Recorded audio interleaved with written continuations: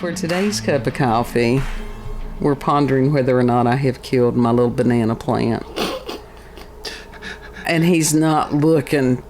He's not brown. He's not looking happy. He's not brown. And it's like, I had to repot His leaves are just him. slightly drooping. But what do you expect from leaves that are that big? No, they weren't doing that. I had to repot him. That one that's sticking straight up is fine? No, it's not. I had to repot him because he had outgrown his pot, because they do that. Mm-hmm. And so instead of waiting, I had put him in soil that was just wet. And so the next day I thought, oh God, this is not going to work. So I had gone and had gotten more soil. And so I don't know if he went into shock, because plants do that. Mm-hmm. And so he's not happy. And, he's trying right now, though. Well, it's just, when you work with a plant for a long time, and then they're doing well, and then they're not. But I couldn't leave him in the too small. It's like wearing shoes that's too tight. I've done that before and tried to and skateboard. It's miserable, isn't it? And so I fell in your demonias. I shoved my feet in your demonias. Well, that were falling apart. That's okay. And I tried to skateboard down it, and I fell flat on my ass on the concrete. Just, who tries to skateboard this in motherfucker. This dumbass. Good God. This dumbass. Oh, Lord. And I'll do it again. Bop, bop. And these were the ones that were knee-high demonias. Yeah, they were with the cool all the ones. buckles and yeah, they weren't the 5-inch ones. They were what? I don't think they were just combat boot style on because I would not have had any kind of those heels that fall over and curl your ankle. They were the platforms. They were like the flat platforms that were about like 5 inches high. No. They were at least maybe 3 inches. No. They were probably like 3 inches. Go back and look at them. I would have never had something like that. We already got rid of them. It was the fact that they came up to the knee, and they had all the buckles and stuff on them. Yeah. I would love a pair of demonias. Job. So you can... They still make them. Yeah, they do. They do. My God, even with a job, they're out of my budget. You can catch them on sale for $100 and some a lot of times. Or at least you could back in the day. That was a long time ago. Have you forgot the new rocks? No, are you kidding? I mean, Have you seen the new rocks? No. They're really... Are they like Rockies? No. They're not like my Rockies. They're golf shoes. Oh, okay. No, I'm really into the cool. combat boots. The real combat boots. So... Where they called new rocks? I don't know. Anyhow, it has nothing to do with what we're talking about. We're going to try it with a new channel trailer because I accidentally erased the other one. Yeah. I'm like, where is that? It's like, oh shit, I deleted that. We have... Oh, I need to do backups. Yes. We need another hard drive. No. Some of the things do not need to be aired at all, ever. I'm afraid Mr. Redfern is getting black pilled. Why do you say that? I don't know. A couple of articles. That one article I was going to discuss, and it ended up being like more military-esque, and I thought, yeah. Because they were talking about some of these drones, and that they had sort of swarmed these Navy ships. And they were talking about some of them, they thought that they were from Hong Kong and stuff. And I thought, that's a little out of our normal weird. Yeah. It's disturbing. Just a little bit. But they were talking about that was one of the reasons for the UAP military thing to study. They changed the UAP, the terminology so people couldn't look up the documentation. Well, yeah, that is true. That's what oldest kid said. But it is concerning that you've got, even with drones and stuff, other nations that could be that cheeky. Yeah. So that's not a good thing. What, do you think it's just our government that's corrupt? No. It's all governments. Yes. That's why you don't trust the damn government. No. In any country. No. Anyhow, Nick Redfern wrote this on June 13th of 2022. Juneteenth? Oh, God. You would. You really You did, do it bro. all the You went time. there. You do it all the time. I'm not even, because if I light into that, that would open a whole can of worms. Get on, bread. Anyhow, this is Join bread from tube. Mysterious Universe, and it's entitled "Manipulation of the UFO Phenomenon. Are We Being Duped?" No shit. And that's called disinformation. It's called mindfuck. That's not new, but he's going to discuss this, and so shall we. Did you know America is the only place that has illegal propaganda? Yeah. That 2017. Thanks, Obama. Anyhow. Obama. It says, Mr. Redfern writes. Obama. Now see, you're going, yeah, really? Ted Kaczynski, he warned us of this shit. Now, we, at some point, will cover as far as Ted. And I think his oldest kid said that if you write to him, he will write you back. How long, though? How long does it take? I don't know. I guess it depends on what the volume of mail that he gets is. I'd say it's probably... vast. Yeah. You should try that. I may do that. Be like, hi, how's it going? You know, what do you say other than sitting there? You know, it's not like I'm going to ask 1,000 questions. I'd probably just sit there and say, I'm going to pray for you. Just We're have praying for you. one important question within that outweighs all the questions that you have. Just put in that one question. Be like, I have one question I want to ask you. It's this. Other than that, you'd be like, we want to hear back from you. Praying for you. You have a good day. I think the question that I would ask as far as the experiments that they did on him, the mind control experiments. Yeah. So, and that's a good idea. I do need to formulate what I would want to ask him. Mm-hmm.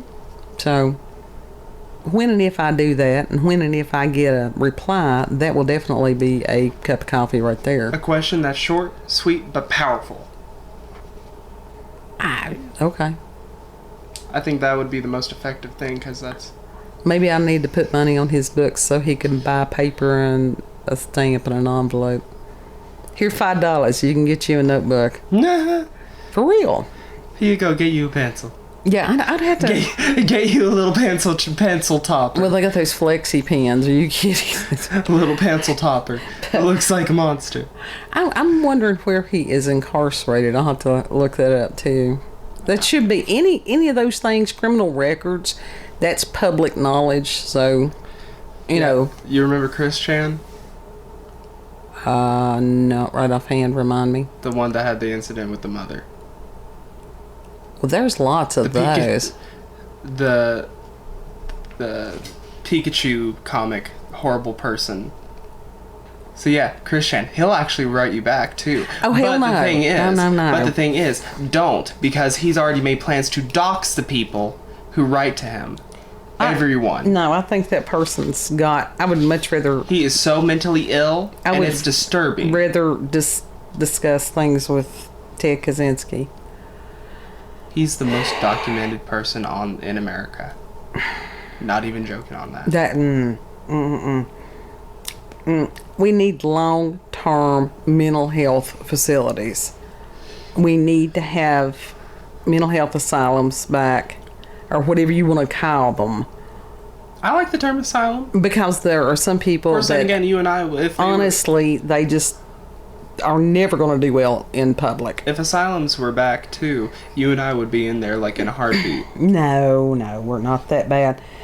Anyhow, Mr. Redfern writes, there's no doubt that there is a real UFO phenomenon, but there is another aspect to the mystery too, namely how the subject has been carefully manipulated by those who may want to keep the real secrets hidden.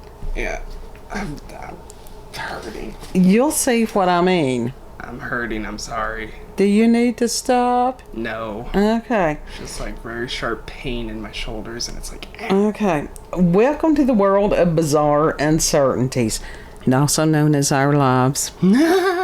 Everyone's lives is filled with uncertainties. Yeah, and we'll begin with Bob Lazar and Area 51. One of the most intriguing aspects of the Lazar affair is that, by his own admittance, Lazar has had his mind messed with while at a place called S4, which was a portion of Area 51. Jacques Vallée noted something that was almost certainly connected to the drugs/hypnosis/mind control issue. Vallée, speaking on KLAS TV's show UFOs The Best Evidence, said he asked Lazar, quote, if he felt that his memory might have been tampered with, unquote. There was a good reason for that question to have been asked. Lazar has admitted that on a couple of occasions, all he could remember was being flown out to S4 and flying back, and that's all. His mind had been wiped clean of around 2 days' worth of memories.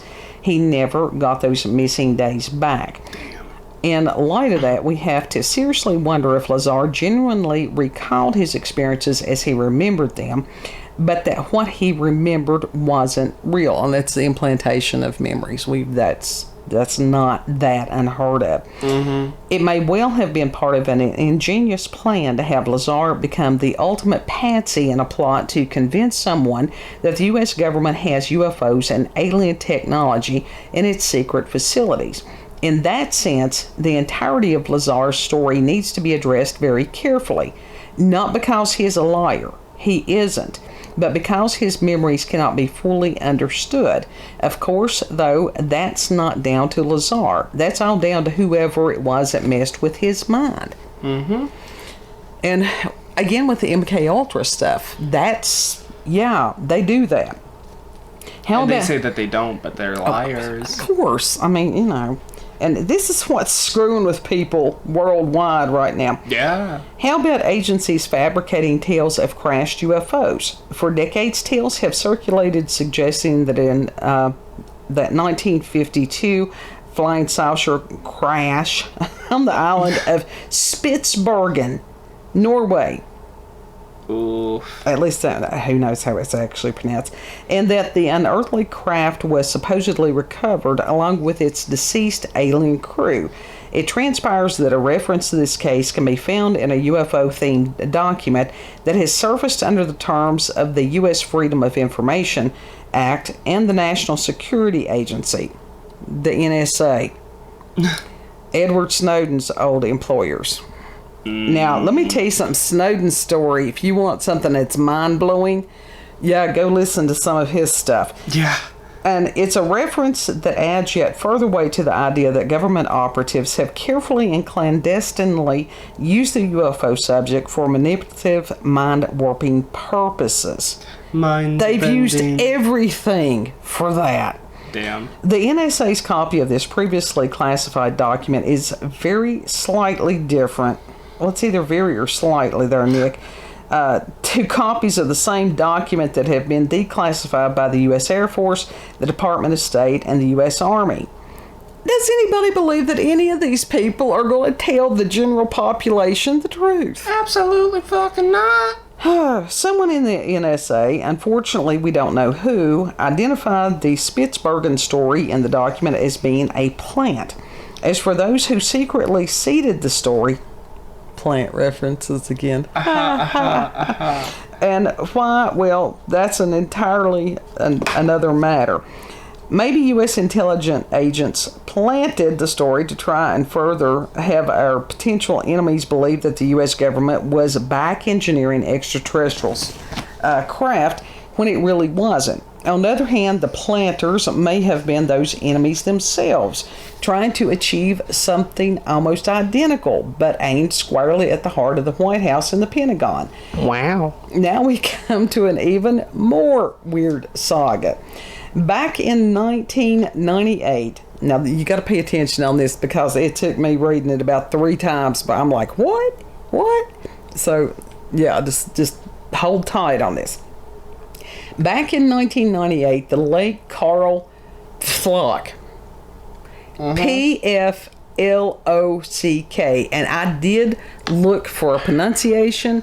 There was none. I did see a video of the man speaking. He didn't state his name. And the rest of the things were some kind of foreign videos. Probably. It is probably Flock. Anyhow, he was a ufologist and CIA employee. He was approached by a still anonymous source who had something very interesting to say about the alleged Aztec, New Mexico UFO crash on March 1948. Now, see, I'm not familiar with that one. Me neither. Of course, then again, I'm so out of the loop. I have not done my own research on UFOs in a long time. Well, now you need to run around your own little crop circle there and catch up. Mm-hmm. I need to, but I just haven't. It was decidedly a weird series of revelations that Pflock surely never anticipated receiving. To his dying day, Pflock refused to reveal the name of his informant in the shadows. Rumors, however, were that the person may have been a nephew of Silas Newton, a key figure in the story. But Pflock did say that all of the lunchtime meetings with his source occurred between July 11th and September 24th, 1998. Oh God, thank God it wasn't 22. Yeah, really, and took place in a restaurant in New Mexico. As the story goes, Pflock's informant had in their hands 27 pages taken, or rather torn, from an old and faded lined journal. The journal had belonged to Silas Newton. Pflock was told that Newton had kept journals and diaries not just for years but for decades, and they were jammed with entertaining tales of sexual conquest, of Hollywood starlets, of the fleecing of the rich and gullible, and of wild adventures across the United States. The outcome of all this? Newton decided around the turn of the 1970s that it was right for the time for him to write up his version of the Aztec controversy. Death, however, inconveniently intervened in 1972 when Newton died while he was in mid-80s. Now, what happened to the journals is anyone's guess. As for those few pages that Pflock was allowed to see and to transcribe word for word, they tell a tale of undeniable weirdness. By his own admittance, and a couple of years after the Aztec story surfaced in Frank Scully's book Behind the Flying Saucers, Newton was clandestinely visited by two representatives of a highly secret U.S. government entity. Yeah, that's always who you want to be visited by, isn't it? Men in Black. As Pflock carefully and tactfully described it, those same representatives of the government told Newton in no uncertain terms that they knew his Aztec story was a complete and bald-faced lie. Utter bullshit, in fact. Ooh, Mr. Redfern getting spicy. Damn. Incredibly, though, they wanted Newton to keep telling the tale to just about anyone and everyone who would listen. This caused Pflock to ponder on an amazing possibility. Did the U.S. government or someone associated with it use Newton to discredit the idea of crashed flying saucers so a real captured saucer or saucers could be more easily kept under wraps? Probably. I mean, it's just, yeah. I mean, like I said, it's all mindfuck stuff. Far more intriguing, though, and highly... Mind-bending, timey-wimey bullshit. Far more intriguing, though, and highly relevant to the theme of this article is the next question that Pflock posed. Was this actually nothing to do with real saucers, but instead some sort of psychological warfare operation? Yes. With the Newton revelations in hand, Pflock, no later than 1999, came to believe that back in the early 50s, someone in the government, the intelligence community, or the military of the United States, and maybe even a swirling combination of the three, wanted the Aztec story further circulated. The purpose, as a means to try and convince the Russians that the U.S. military had acquired or captured alien technology, when in reality, it had no such thing in its possession. How about dead aliens that weren't dead aliens at all? A well-known... UFO crashes. A well-known... Alien friends. A A well-known collector of crashed UFOs tells the late Leonard Stringfield was the recipient of numerous such claims. Leonard Stringfield, not Leonard Skinner. Yes. One such tale, he's had a terrible time on that plane, I tell you.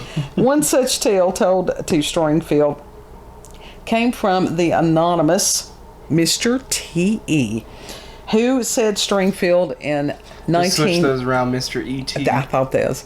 In 1980, holds a technical position in today's life. Okay. T.E. told Stringfield that in 1953, at the age of just 20, and while stationed at Fort Monmouth, Monmouth? Monmouth? That's what it says, Monmouth, New Jersey. He was summoned to watch a startling piece of film footage at the base theater. Reported Stringfield, quote, without any briefing, the 16mm movie projector was flicked on and the film began to roll on the screen.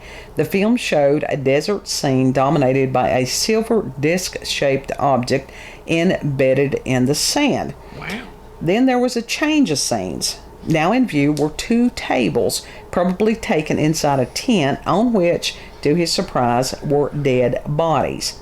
And that was... Loves it. Unquote. T.E. said the bodies appeared little by human standards, and most notable were the heads, all looking alike and all being large compared to their body size. He stated that they looked mongoloid. Interestingly, T.E. and his colleagues were told immediately after the screening to think about the movie, but were later advised that it was a hoax, and eerily paralleling the Ray Santillia alien autopsy film. That was the one that came out that was supposed to be the real footage. That was huge there for a while. T.E. told Stringfield that, quote, the 5-minute long movie certainly was not a Walt Disney production. It was probably shot by an inexperienced cameraman because it was full of scratches and had poor coloring and texture, end quote. Loves it. Well, and that was what the whole basis of the alien autopsy film was, for it to look like it had been, truly made. It took a long time for them to figure out it was a hoax. Right.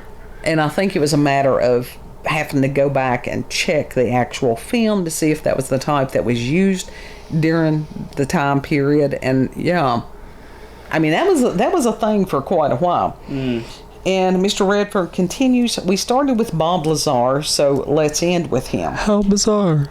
One of the lesser-known aspects of the Bob Lazar controversy is that which suggests he just might have seen an alien entity at Area 51, a live one. The story gets very little publicity, but it's fascinating in the extreme.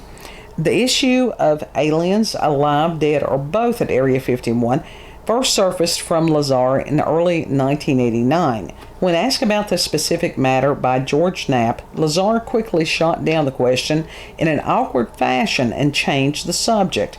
Later, though, in what was a private rather than public interview, Lazar opened up a bit more. What he had to say was brief but amazing, if true, of course. According to Lazar, quote, I walked down the hallway at one time, I was working there, and there were these doors. The doors that go to the hangar are smaller than the doors in the corridors and have a 9-inch or 12-inch square window with little wires running through it, just about head level. And as I was walking by, I glanced in and noticed at a quick glance there were two guys in white lab coats facing me towards the door, end quote. Lazar then got to the heart of the matter. The two men were looking down at a small humanoid figure with long arms, seemingly talking to it. Although Lazar only saw the entity for a second or so, he was in no doubt about what it appeared to be. I say appeared because Lazar himself wondered if this was some kind of setup. He said of this possibility, quote, maybe they stuck a doll in front of these guys and made me walk by it and look at it just to see what my reaction would be, end quote. Such a thing is not at all impossible, as the following brief but notable comment from Lazar makes clear, quote, they play so many mind games there, end quote. While enthusiastic UFO researchers may dearly want to believe that living aliens are at Area 51, Lazar's carefully worded statement suggests we should exercise restraint on this issue, at least until or if further vindication comes along. It's important to note that there is an intriguing precedent to this, a very similar tale of fabricated aliens, as we will imminently see. George Knapp made a thought-provoking statement in 1993 that may have bearing on the issue of how the government might be using UFO as a cover-up for something else. Now, George Knapp is actually really good, but now the other dude that's worked on some of the other films, and I don't know what his problem is, he's an ass. He's an asshole. He just is odd. Now, I've been on those snippets of Joe Rogan clips past couple of days, and he appeared in something else where they were discussing extraterrestrials and such, and he just, I don't know. He wants to be Joe Rogan so bad.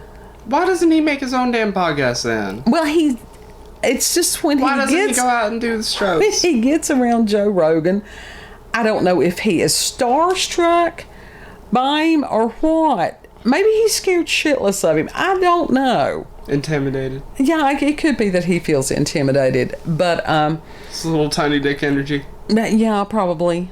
But he has a tendency to appear with people that have had UFO experiences, different things like that. I get it. That's supposed to be his shtick as far as filmmaking. But George Knapp is really good. I like him. He was the first one that had interviewed Bob Lazar. And as a journalist, he's got, a lot of credibility. Mm-hmm. But now, maybe he's in with the other little dude. I want to say it's Jeremy Corbyn, but I don't know that that's so. I'd have to go back and... The little one. But it does not... For the people that are sharing their story, they need to share it with someone else. Mm-hmm. Because that documentary that we watched and paid to watch that. Yeah. Made by dude. It was bad. It was bad. It was really bad. If he had sat down and shut up and let the people speak, it would have been fine. There are people on YouTube who make better documentaries. Oh, there's some great ones on there. Better. For free. There is a channel that is called Mysterious Middle East. Mm-hmm. Oh, let me tell you something. Their documentary style, top notch. And they always have some really interesting things. I don't know that they've talked about aliens. I don't know that they have not. But they have talked about the jinn. They talk about a lot of paranormal and supernatural stuff. Mm-hmm. So definitely check out their channel. Yeah. But poor little Bob Lazar. And can you imagine him sitting there thinking, okay, I had this experience. It's like, are my memories accurate? Did I see what I saw? And that is a total mind fuck. Yeah, that in of itself can fuck someone up. Yeah. And I mean, when you do have the paranormal and supernatural experiences, you already do that to yourself. Yeah. And other people will do that to you. But to have the government do that to you. Of course, they're doing it to us all right now. That's why I don't pay attention to the news, because all it is brainwashing. A lot of it is. Even as far as there are people that have, they've speculated, there's theories, I think that there may be actual evidence that the frequencies that are coming through on these things are affecting people. I mean, that's one of the reasons you hear so much about 5G, what's it going to do to people, that there are certain people it's going to mess them up really bad. Mm-hmm. We don't know. We don't know. I think Which is shocking. I think we should just live in a Faraday cage. All of us. I want to live in a hobbit hole. Yeah. Live in a hobbit hole. We could on the side of the mountain back there. We got a cabin that we can go up to. That's still not on inside the earth. It's still Isn't there a on bunker top of up it. there? It's called the dairy. Yeah, sort of, kind of. Because my father was a Marine. So, he thought of things. He yeah. I need a key to the dairy. Yeah. My SpongeBob plug and play is probably in there.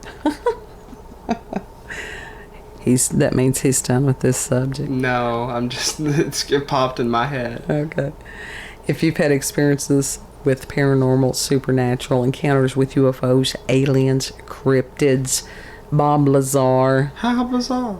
MK Ultra, having your mind just absolutely fucked up like everybody else. If you've got local, regional, or family myths or legends. Have you been abducted? Yeah, if you've been abducted, let's have those stories too. I will proudly say I was the kid that was like, I miss my alien friends, even though I don't remember shit about it. He does. I mean, he was. He was 2 or 3 years old. That was not a joke. Email us, cupofcoffeewithscream@gmail.com, and the link to the article and the email address both be in the description box. Know that you're loved. Yeah. We appreciate all of you. Including you lurkers. I am one of you. Even though I am on the video, I am a lurker because I don't comment or anything like that. We appreciate all of you. Yep. You want to do your spiel? I'm not even sarcastic on that. We do appreciate y'all. Really, that's always genuine. Yeah. If you like this video, don't forget to like, share, comment, and most of all, subscribe and click that notification button for daily notifications of our daily uploads. Thank you all. Have a good. Look to the skies. Don't get abducted. Don't let people brainwash you. Ooh, woo, woo, woo, woo, woo, woo. Ooh, woo, woo, woo, woo, woo. Don't get probed. We'll see you on the next cup. Bye. Boondocks. Jesus was black. Something else. What was it? What all was he exposing? I don't watch these things. Jesus wasn't black though. He was a Jew. He was Middle Eastern. Yeah. Yeah.